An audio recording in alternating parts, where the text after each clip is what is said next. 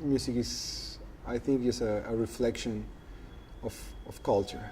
So when the kids are learning songs, they are learning where these songs originated, who created them, why were they created, if there are lyrics to them, what the song means, They learn about the instruments, and when they learn about the instruments, they learn about the culture that makes it, and the geography or the resources around the culture for the use of those particular elements. It's just music is, I think, the perfect vehicle to discover culture. So the way in which we connected African music and the music of the Americas was through building an instrument called a marimba.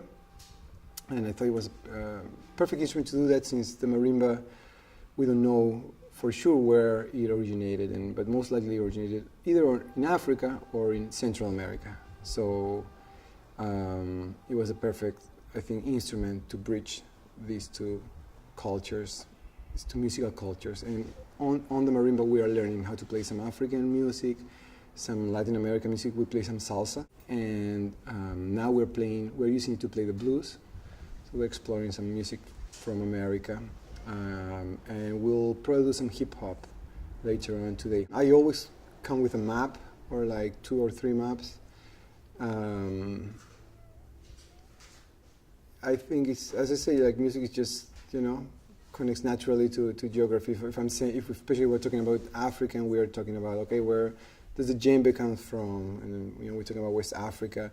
We need to see it in the map. We also talk about the colonization of Africa.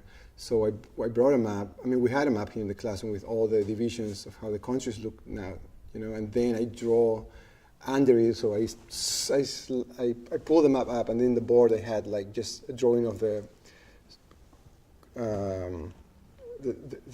shape of Africa without any borders in there, and we started talking about the difference between tribes and different African cultures before those divisions were created, because Africa is like a very interesting. It's important to understand, what was before in Africa, and why is it Africa is nowadays like such a diverse mix. I try to incorporate the oral tradition, because most of the music, folk music that I learned in Peru was mainly my oral tradition. When I took classes to learn the instruments, it was just, you will mainly listen to the rhythms, pick them up by ear. But then when I came here, and also in Peru, when I went to school of music, I learned about, Western music and written notation. So I try to apply both, to bring both into the classroom. And jazz is like the perfect marriage of these two teaching and learning traditions. You have the oral, and you have the written, and you have like the power of combining these two.